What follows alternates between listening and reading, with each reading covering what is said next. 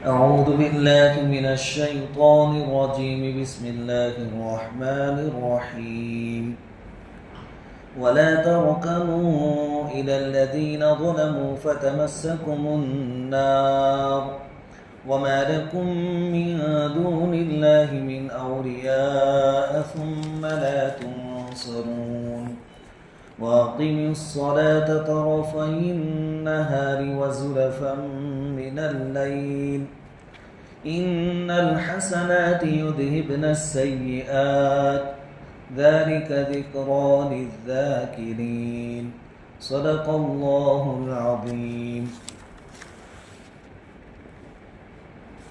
سورہ ہود کی آیت نمبر 113 اور 114 کی تلاوت کی گئی ہے. اس سے پہلے والی آیتوں میں اگلے انبیاء کرام علیہم الصلاۃ والتسلیم جو گزرے ہیں اور ان کی قوموں نے ان کا جو انکار کیا، ان کی باتوں کو نہیں مانا، پھر ان کا جو برا انجام ہوا اس کو اللہ تعالیٰ نے بیان فرمایا تھا. 7 نبیوں کے قصے بیان کیے گئے، ان کی قوموں کا انجام بیان کیا گیا. اس کے بعد آیت نمبر 112 سے اللہ رب العزت نبی کریم صلی اللہ علیہ وسلم اور ایمان والوں کو کچھ ہدایتیں دے رہے ہیں، کچھ ہدایات، کچھ گائیڈ لائن دے رہے ہیں کہ آپ کو آگے کیسے کام کرنا ہے. اس میں پہلی جو ہدایت تھی فَاسْتَقِمْ كَمَا أُمِرْتَ أَنْتَ وَمَنْ تَابَ مَعَكَ وَلَا تَطْغَوْا، کہ جیسے احکام دیے گئے ہیں ویسے احکام ہو بہو پورے کرو، استقامت. اس کے بارے میں ہم نے گزشتہ ہفتے گفتگو کی. اس کے بعد والی جو آیت ہے، آیت نمبر 113، وہ یہ ہے وَلَا تَرْكَنُوا إِلَى الَّذِينَ ظَلَمُوا، کہ ظالموں کی طرف ادنا میلان بھی نہ رکھو. جو لوگ ظالم ہیں تھوڑا سا جھکاؤ بھی ان کی طرف تمہارا نہیں ہونا چاہیے. فَتَمَسَّكُمُ النَّارُ، اگر تمہارا تھوڑا سا جھکاؤ بھی ظالموں کی طرف ہوا تو تم کو بھی جہنم کا عذاب پہنچے گا جھکاؤ پر سے. ائمہ اکرام فرماتے ہیں، مفسرین فرماتے ہیں کہ ظلم سے روکنے کے لیے سب سے زیادہ جو شدید وعید کہی جائے وہ اس آیت کے اندر ہے. اس سے آگے آپ کو کچھ نہیں ملے گا. لاسٹ اسٹیج کی وعید اس آیت کے اندر. ایک تو ہے آدمی ظلم کرنے کو برا سمجھتا ہے کہ بھائی ظلم کریں گے بہت بڑا گناہ ہے، قیامت کے دن اس کا حساب دینا ہے، پکڑ ہوگی. یہاں ظلم کرنے کی بات تو بہت دور. کوئی ظلم کر رہا ہے اس کی طرف تھوڑا سا جھکاؤ، میلان، اس پر بھی سخت وعید کہ جو انجام ظالموں کا ہوگا وہی انجام تمہارا ہوگا، اس لیے اس سے بچ کر رہیں. اب اس میں جو لفظ آیا وَلَا تَرْكَنُوا، تمہارا تھوڑا بھی جھکاؤ نہ ہو، میلان نہ ہو، اس کے بارے میں مفسرین نے فرمایا الگ الگ مطلب بیان کیے ہیں کہ اس سے کیا مراد ہے، جھکاؤ اور میلان سے کیا مراد ہے. حضرت قتادہ رحمۃ اللہ علیہ فرماتے ہیں کہ اس آیت سے مراد یہ ہے کہ ظالموں سے دوستی نہ کرو. ایک مطلب یہ کہ جو ظلم کرنے والے ہیں ان سے، چاہے ہمارے آس پاس ہو یا دور رہنے والے ہو لیکن موبائل کے ذریعے ہم قریب ہو، فیس بک پر ساتھ میں ہو یا ان کے فالوور میں ہم شامل ہو جائے، یہ بھی دوستی ہے ان سے. تو کہا کہ اگر دوستی کرو گے تو ظالم کا جو انجام ہوگا وہ تمہارا ہوگا. فَتَمَسَّكُمُ النَّارُ. ابو العالیہ رحمۃ اللہ علیہ فرماتے ہیں کہ اس آیت کا مطلب یہ ہے، وَلَا تَرْكَنُوا کا مطلب یہ ہے کہ ان کے اعمال اور افعال کو پسند نہ کرو. ظالم کے جو اعمال ہیں، وہ جو کام کر رہے ہیں اس کو پسند نہ کرو، ان کے اعمال سے نفرت کرو.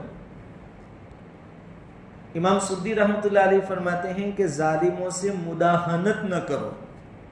مداہنت کا مطلب کیا ہے کہ ان کے برے اعمال پر خاموش مت رہو. جو ظالم ظلم کر رہا ہے، برا کام کر رہا ہے، اس کے برے اعمال پر خاموش مت رہو. اگر تم خاموش رہو گے تو تم بھی انہی کے جیسے سمجھے جاؤ گے. فتمسکم النار، پھر تم کو بھی جہنم کا عذاب پہنچے گا.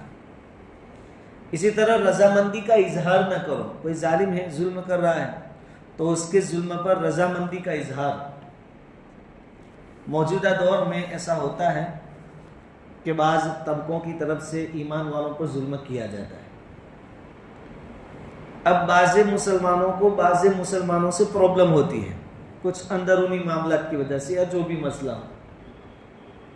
تو چونکہ یہ تو دشمنی نکال نہیں سکتا، لیکن کسی اور نے اس پر ظلم کیا تو وہ آدمی کم سے کم کومنٹ یہ کرتا ہے کہ برابر ہے، یہ اس کے داؤکاج ہے. تو گویا آپ اس کے ظلم کو جائز قرار دے رہے ہیں، تو آپ کو بھی اتنا ہی گناہ ہوگا جتنا ظلم کرنے والے. فتمسکم النار، جہنم کے عذاب تم کو پہنچے گی.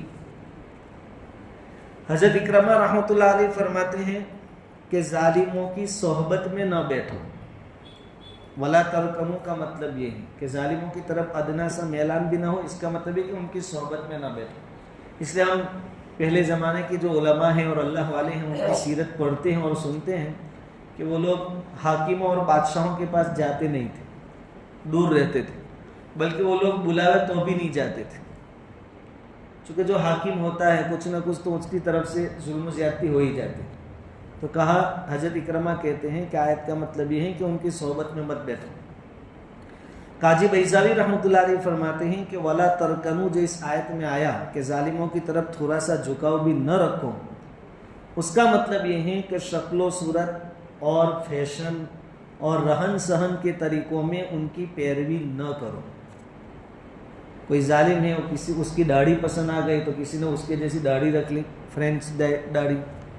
اس کا ڈریس پسند آ گیا، اس کے جیسا ڈریس پہنا آپ نے. یہ بھی گویا اس کے ظلم پر تم رضامندی کا اظہار کر رہے ہو، ظالم کو تم پسند کر رہے ہو. تو اس سے بھی آپ کو دور رہنا پڑے گا. امام اوزائی رحمۃ اللہ علیہ فرماتے ہیں کہ اللہ تعالیٰ کے نزدیک کوئی شخص اس عالم سے زیادہ مبغوض نہیں ہے جو اپنے دنیاوی فائدے کے خاطر کسی ظالم سے ملنے کے لیے جائے. عالم ہے، اللہ تعالیٰ نے علم دیا ہے، لیکن دنیاوی فائدہ حاصل کرنے کے خاطر ظالم کے پاس جاتا ہے، تو یہ آدمی، یہ عالم اللہ تعالیٰ کے نزدیک سب سے زیادہ مبغوض، یعنی اللہ تعالیٰ کو اس پر سب سے زیادہ غصہ آتا ہے کہ علم ہے، علم کی روشنی ہے، اس کے باوجود تو ظالم کے پاس جاتا ہے، اور وہ بھی اپنے دنیاوی فائدے کے خاطر. اس لیے ہمارے جو اسلاف گزرے ہیں، علماء، صلحاء، اللہ والے، انہوں نے ظالموں کا ظلم برداشت کیا، لیکن کبھی کسی ظالم اور حاکم کے دروازے پر وہ لوگ نہیں گئے. تفسیر قرطبی میں لکھا ہے کہ اس آیت سے معلوم ہوتا ہے کہ اہل کفر یعنی کافر اور مشرک، اہل معصیت یعنی بڑے بڑے جو گناہ کرتے ہیں وہ، اور اہل بدعت یعنی بدعتیوں کی صحبت سے پرہیز کرنا واجب ہے. اس آیت میں جو کہا کہ ظالموں کی طرف ادنا سا جھکاؤ بھی نہ ہو، تھوڑا سا میلان بھی نہ ہو، اس سے یہ مراد ہے. تفسیر قرطبی میں لکھا ہے کہ کسی بدعاتی کے پاس آپ نہ جاویں، کافر اور مشرک کے پاس آپ نہ جاویں، اسی طرح گنہگاروں کے پاس آپ نہ جاویں، بجو جس کے کہ کوئی مجبوری ہو اور اس سے ملنے جانا پڑے، یہ الگ چیز ہے. کوئی کام ہے، کوئی مجبوری ہے. اب چونکہ ظالموں کی صحبت میں بیٹھیں گے تو اس کا کچھ نہ کچھ اثر آدمی میں آ ہی جاتا ہے، صحبت کا اثر ہوتا ہی، حتیٰ کہ گھوڑے پر آدمی سوار ہوتا ہے تو اس کا اثر ہوتا ہے، بکری والوں میں مسکنت ہوتی ہے، حضور صلی اللہ علیہ وسلم فرماتے ہیں، تو کچھ نہ کچھ اثر. تو اسی لیے حضرت حسن بصری رحمۃ اللہ علیہ نے یہ جو دو آیتیں ہیں، اس سے پہلے آئی تھی فاستقم کما امرت ومن تاب معک ولا تطغوا، ولا تطغوا جو لفظ تھا کہ حد سے آگے نہ بڑھو، ایک وہ آیت، اور یہ آیت ولا ترکنوا الی الذین ظلموا فتمسکم النار، ان دو آیتوں کو سامنے رکھ کر فرمایا کہ اللہ تعالیٰ نے پورے دین کا نچوڑ ان دو آیتوں کے دو لفظوں کے اندر بیان کر دیا. ولا تطغوا اس میں بالکل شارٹ کٹ میں اللہ تعالیٰ نے بتا دیا کہ شرعی حدود سے آگے مت بڑھو، ایک لفظ. اور یہاں ہے ولا ترکنوا، اس میں اس بات کو بتا دیا کہ برے لوگوں کی صحبت میں مت رہو، ان کی طرف میلان مت رکھو، جھکاؤ مت رکھو. ان دو لفظوں کے اندر لا تطغوا اور ولا ترکنوا کے اندر حسن بصری رحمۃ اللہ علیہ فرماتے ہیں کہ پورے دین کا نچوڑ آ گیا. کوئی آدمی 100% دین پر چلنا چاہے تو ان دو چیزوں کو اپنا لے، شرعی حد سے آگے نہ بڑھے اور برے لوگوں کی صحبت میں نہ رہے. اس کے بعد ہے آیت نمبر 114 وَأَقِمِ الصَّلَاةَ طَرَفَيِ النَّهَارِ وَزُلَفًا مِّنَ اللَّيْلِ، اور قائم کرو نماز کو دونوں طرف دن کے اور کچھ ٹکڑوں میں رات کے. ان الحسنات یذہبن السیئات، البتہ نیکیاں دور کرتی ہے برائیوں کو. ذالک ذکری للذاکرین، یہ یادگار ہے یاد رکھنے والوں کے لیے.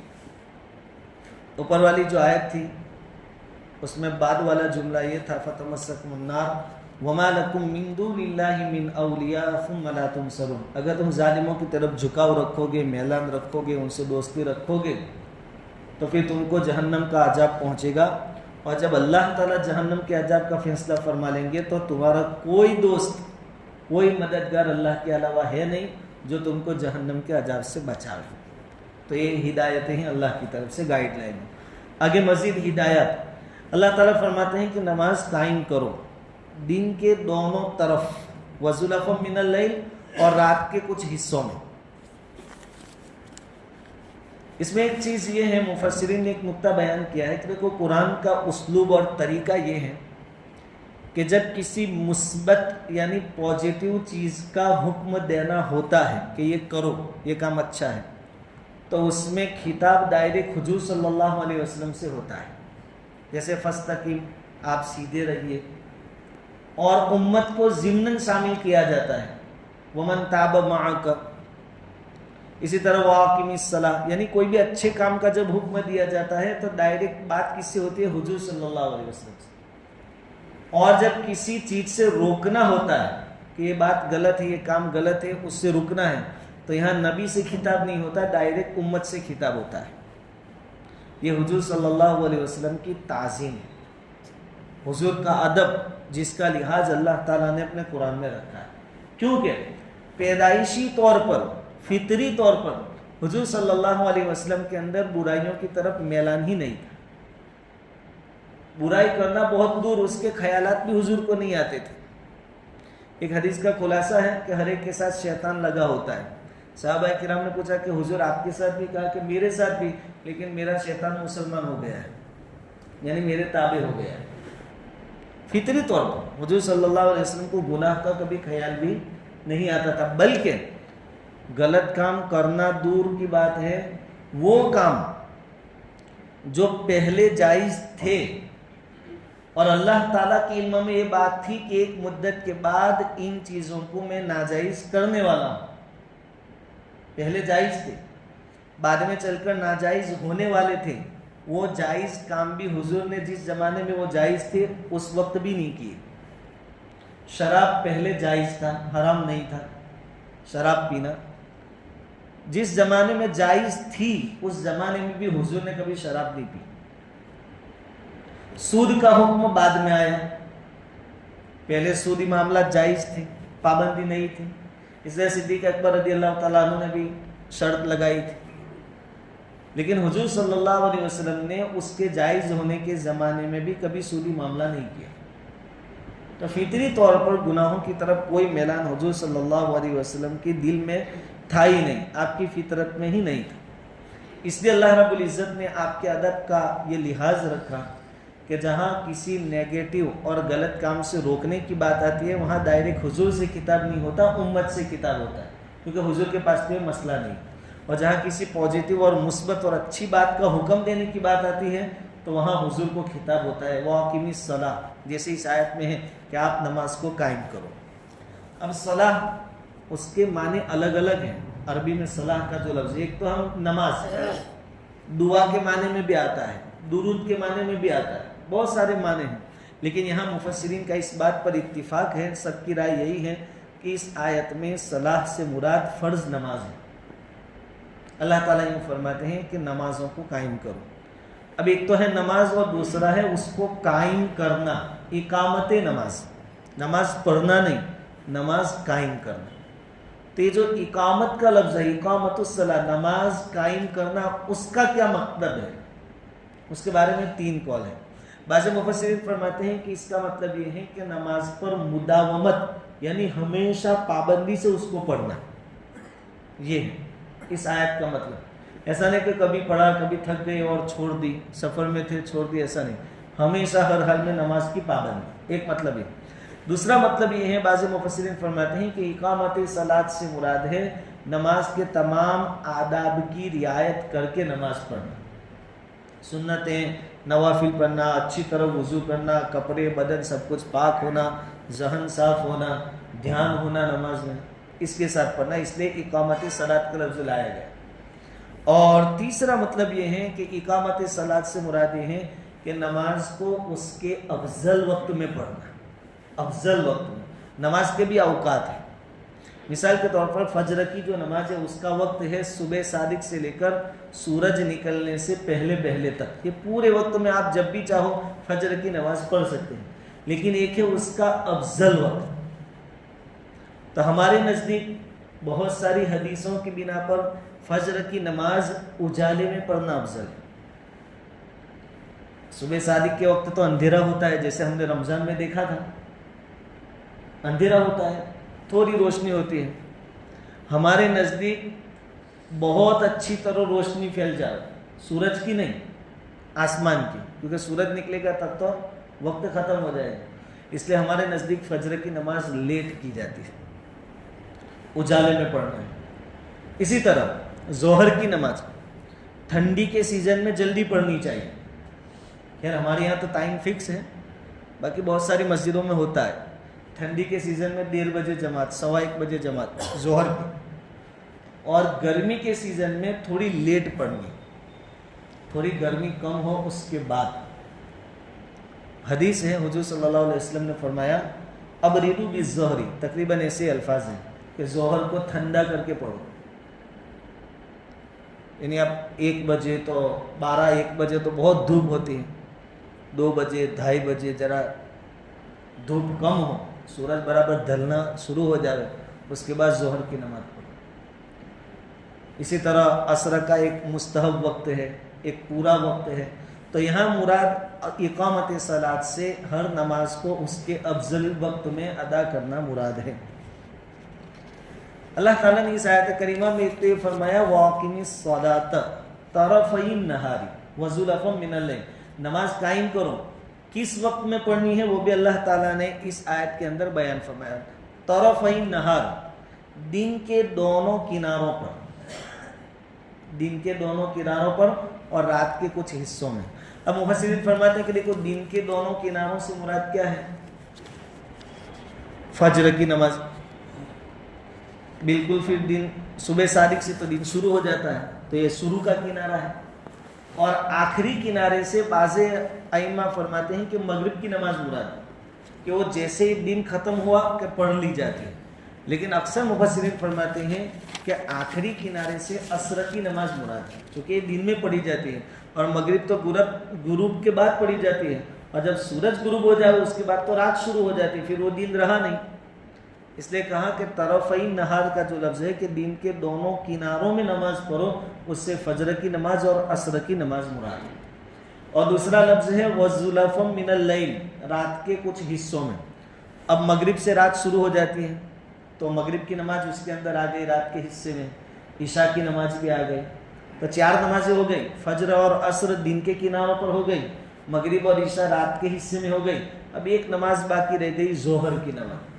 اس کے بارے میں اللہ تعالیٰ نے دوسری جگہ ارشاد فرمایا اقیم الصلاۃ لدلوک الشمس، اس کے اندر ظہر کی نماز کا وقت آ گیا.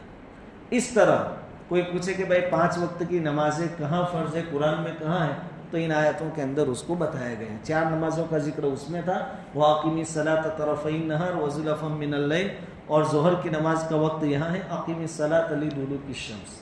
اس طرح اللہ تعالیٰ نے بھی بیان فرما دیا کہ 5 وقت آپ کو نمازیں پڑھنی ہیں. نمازیں پڑھیں گے تو کیا فائدہ ہوگا وہ بھی اللہ تعالیٰ نے اس آیت میں بیان فرمایا. ان الحسنات یذہبن السیئات.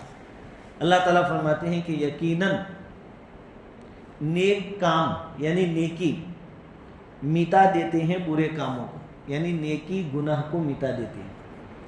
اب نیکیاں تو بہت ساری ہیں, آپ کسی بھی قسم کی نیکی کریں اس سے آپ کے گناہ معاف ہوں گے, لیکن نیکیوں میں سب سے بڑا درجہ نماز کا ہے. اس لیے اللہ تعالیٰ نے یہاں پہلے نماز کو بیان فرمایا. تو آپ ایک قاعدہ ہے اللہ رب العزت کا کہ آپ جب بھی نیکی کریں گے تو ڈبل فائدہ ہے, ایک تو نیکی کا ثواب اور اس نیکی کی برکت سے گناہ بھی معاف ہوں گے. اب اس میں ہم جانتے ہیں کہ جہاں جہاں یہ بات بیان کی جاتی ہے کہ نیکی کی وجہ سے گناہ معاف ہو جاتا ہے, اس سے صغیرہ یعنی چھوٹے گناہ مراد ہیں. بڑے گناہ کی معافی کے لیے توبہ کرنا ضروری ہے. اب سوال ہوتا ہے کہ یہاں تو چھوٹے بڑے کی کوئی قید نہیں ہے, یہاں تو مطلق کہا کہ نیکیاں گناہوں کو مٹا دیتی ہیں, چھوٹے بڑے کی قید کہاں سے آئی؟ تو کہا کہ قرآن سے ہی ثابت ہے. اس لیے یہ تفسیر کوئی کرنے بیٹھے یا قرآن کا ترجمہ اور مطلب بیان کرنے بیٹھے تو اس کو ہدایت دی جاتی ہے کہ ایک جگہ ایک ہی آیت دیکھ کر آپ کوئی بات بیان نہیں کر سکتے, کیونکہ ہر چیز ایک ہی جگہ بیان نہیں کی گئی قرآن میں. یہاں ہے کہ نیکیاں گناہوں کو مٹا دیتی ہیں, لیکن ایک اور جگہ پر ہے ان تجتنبوا کبائر ما تنہون عنہ نکفر عنکم سیئاتکم. اگر تم بڑے گناہوں سے بچتے رہو گے تو ہم تمہارے چھوٹے گناہ معاف کر دیں. تو وہاں بڑے سے بچو گے تو چھوٹے معاف ہوں گے. اس آیت کو سامنے رکھ کر علماء نے بات بیان کی کہ جہاں یہ بات کہی جاوے کہ نیکیوں سے گناہ معاف ہو جاتے ہیں, وہ چھوٹے گناہ معاف ہوتے ہیں, بڑے گناہ معاف. کیونکہ دوسری جگہ آیت کے اندر یہ قید لگائی کہ بڑے گناہوں سے بچو گے تو چھوٹے معاف ہوں. تو قرآن سے ہی ثابت ہے کہ چھوٹے گناہ تو معاف ہو جائیں گے نیکیوں سے, لیکن بڑے گناہ معاف نہیں ہوں گے, وہ توبہ سے معاف ہوں گے. اور ایک صحیح مسلم کے اندر ایک حدیث ہے, نبی کریم صلی اللہ علیہ وسلم نے ارشاد فرمایا, اس حدیث سے بھی ثابت ہوگا کہ نیکیوں سے چھوٹے گناہ معاف ہوتے ہیں, بڑے معاف نہیں ہوتے. حضور نے فرمایا کہ 5 نمازیں اور ایک جمعہ دوسرے جمعہ تک, یعنی پورا ہفتہ آ گیا, 2 جمعہ کے بیچ کے دن, اور ایک رمضان دوسرے رمضان تک, ان تمام گناہوں کا کفارہ ہو جاتے ہیں جو ان کے درمیان صادر ہیں. ہم نے 5 نمازیں پڑھی, فجر پڑھی, جوہر پڑھی, تو فجر اور جوہر کے بیچ میں جتنے گناہ ہوئے ان 2 نمازوں کی برکت سے وہ گناہ معاف ہو جائیں گے. ظہر سے عصر کے بیچ میں جو گناہ ہوئے معاف ہو جائیں گے, مغرب سے عشاء کے بیچ کے معاف ہو جائیں گے. یہ جمعہ پڑھا, اگلے ہفتے کا جمعہ پڑھا, تو یہ جمعہ اور جمعہ کے بیچ میں جو گناہ ہوئے صغیرہ چھوٹے, یہ سب معاف ہو جائیں گے. اس رمضان کے روزے رکھے, پھر اگلے سال رمضان کے روزے رکھے, تو بیچ میں پورے سال میں جو گناہ ہوئے وہ معاف ہو جائیں گے. لیکن آگے حضور نے قید لگائی, جبکہ یہ شخص بڑے گناہوں سے بچے. یہاں بھی قید ہے بڑے گناہوں سے, یعنی بڑے گناہ معاف نہیں ہوں گے. تو قرآن کی آیت اور مسلم شریف کی اس روایت سے بات ثابت ہوتی ہے کہ بڑے گناہ نیکیوں سے معاف نہیں ہوتے, ختم نہیں ہوتے. بڑے گناہ کی معافی کے لیے توبہ ضروری ہے. بلکہ یہ جو چھوٹے چھوٹے گناہ ہو جاتے ہیں جن کی طرف ہمارا دھیان نہیں جاتا اور وہ نیکیوں کی برکت سے معاف ہو جاتے ہیں, اس میں بھی ایک قید لگائی ہے. تفسیر بحر محیط کے اندر علماء محققین جو بڑے درجے کے علماء ہیں, انہوں نے بات بیان کی ہے کہ چھوٹے گناہ بھی اس وقت معاف ہوں گے نیکیوں سے. یہ بہت بڑی بات ہے. چھوٹے گناہ بھی نیکیوں کی برکت سے اس وقت معاف ہوں گے جبکہ ان چھوٹے گناہوں پر آدمی کو ندامت ہو, اس کے دماغ میں یہ بات ہو کہ چاہے چھوٹا گناہ میں سمجھتا ہوں لیکن ہے گناہ, اور آئندہ اس سے بچنے کی نیت ہو تو معاف ہوں گے, ورنہ چھوٹے گناہ بھی مطلقاً معاف نہیں ہو جائیں گے. خیر, اب صحابہ کرام کی ایک عادت یہ بھی تھی کہ حضور صلی اللہ علیہ وسلم یہ بتاتے کہ بھائی فلاں چیز ہلاک کرنے والی ہے, ہلاک کرنے والے گناہوں سے بچو, بڑے گناہوں سے بچو. تو صحابہ کرام فوراً سوال کر لیتے تھے کہ بڑے گناہ کون سے ہیں, جس چیز سے بچنا ہے اس کا جاننا بھی تو ضروری ہے. تو علماء کرام نے چونکہ یہاں بڑے اور چھوٹے گناہوں کا تذکرہ آیا تو مفتی شفیع صاحب نے معارف القرآن میں کچھ بڑے گناہ گنوائے ہیں. مفتی صاحب فرماتے ہیں کہ مشہور اور معروف روایات حدیث میں بڑے گناہ ان چیزوں کو قرار دیا گیا ہے. پہلا نمبر ہے اللہ تعالیٰ کی ذات یا صفات میں کسی کو شریک یا برابر قرار دینا، یہ تو شرک ہے، یہ بڑا گناہ ہے. دوسرے نمبر پر قصداً کسی فرض نماز کا چھوڑنا، جان بوجھ کر فرض نماز چھوڑ دینا، یہ بہت بڑا گناہ ہے. کسی کو ناحق قتل کرنا، یہ کبیرہ گناہ ہے. حرام کاری یعنی زنا وغیرہ، یہ کبیرہ گناہ ہے. چوری کرنا، شراب پینا، ماں باپ کی نافرمانی، جھوٹی قسم کھانا، یہ بھی بڑا گناہ ہے. جھوٹی گواہی دینا، یہ بھی بڑا گناہ ہے. جادو کرنا، سود کھانا، یتیم کا مال ناجائز طریقے پر لے لینا، اور جہاد میں میدان سے بھاگ جانا، پاک دامن عورتوں پر تہمت لگانا، کسی کا مال ناجائز طور پر کھا جانا، وعدہ توڑ دینا، امانت میں خیانت کرنا، کسی کو گالی دینا. گالی آج کل نارمل ہو گئی. موبائل میں کچھ پروگرام ایسے آتے ہیں کامیڈی وغیرہ تو اس میں بنداس گالی بولی جاتی ہے، بالکل نارمل ہو گئی، حالانکہ کبیرہ گناہ ہے، اس سے توبہ ضروری ہے. اسی طرح کسی شخص کو ناحق مجرم قرار دینا، یعنی کسی پر الزام لگا دینا ناحق طریقے پر، یہ تمام گناہ ہیں کبیرہ.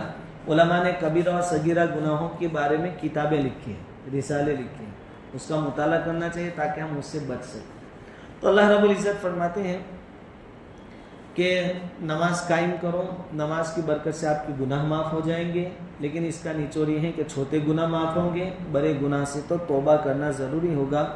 نبی کریم صلی اللہ علیہ وسلم سے حضرت ابو ذر غفاری رضی اللہ تعالیٰ عنہ نے ایک مرتبہ سوال کیا کہ حضور مجھے کوئی وصیت فرمائے، چونکہ آدمی سے گناہ تو ہو ہی جاتا ہے، تو کہا کہ کچھ وصیت فرمائے. تو حضور صلی اللہ علیہ وسلم نے کیا فرمایا کہ اگر تم سے کوئی گناہ ہو جائے، آدمی ہے بشری تقاضے کی وجہ سے گناہ ہو جائے، تو اس کے بعد کوئی نیک کام کر لو تاکہ وہ نیک کام اس گناہ کو مٹا دے. یہاں سے بھی پھر وہی بات ثابت ہوتی ہے کہ بھائی نیکیوں سے گناہ کیا ہو جاتے ہیں، معاف ہو جاتے ہیں.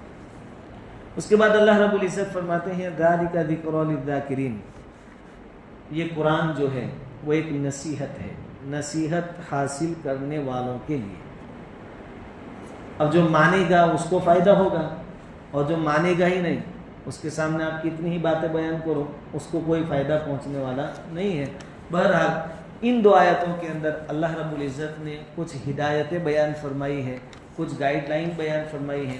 اس میں ایک بات یہ تھی کہ ظالموں کی طرف تھوڑا سا جھکاؤ بھی نہیں رکھنا چاہیے، اور خاص کر کے آج کل کے زمانے میں بھائی ایک پارٹی ہے، ایک جماعت ہے جو مسلمانوں کی دشمنی میں برسر پیکار ہے. اس پارٹی کے اندر بھی ہمارے مسلمان بہت سارے لوگ جوائنٹ ہیں، اور اتنا کچھ ہو جانے کے بعد بھی ابھی بھی جوائنٹ ہے، ابھی بھی جوائنٹ، جو لگاتار قرآن پر حملے کر رہے ہیں، مسلمانوں سے دشمنی سرعام کر رہے ہیں، عجیب و غریب باتیں کر رہے ہیں.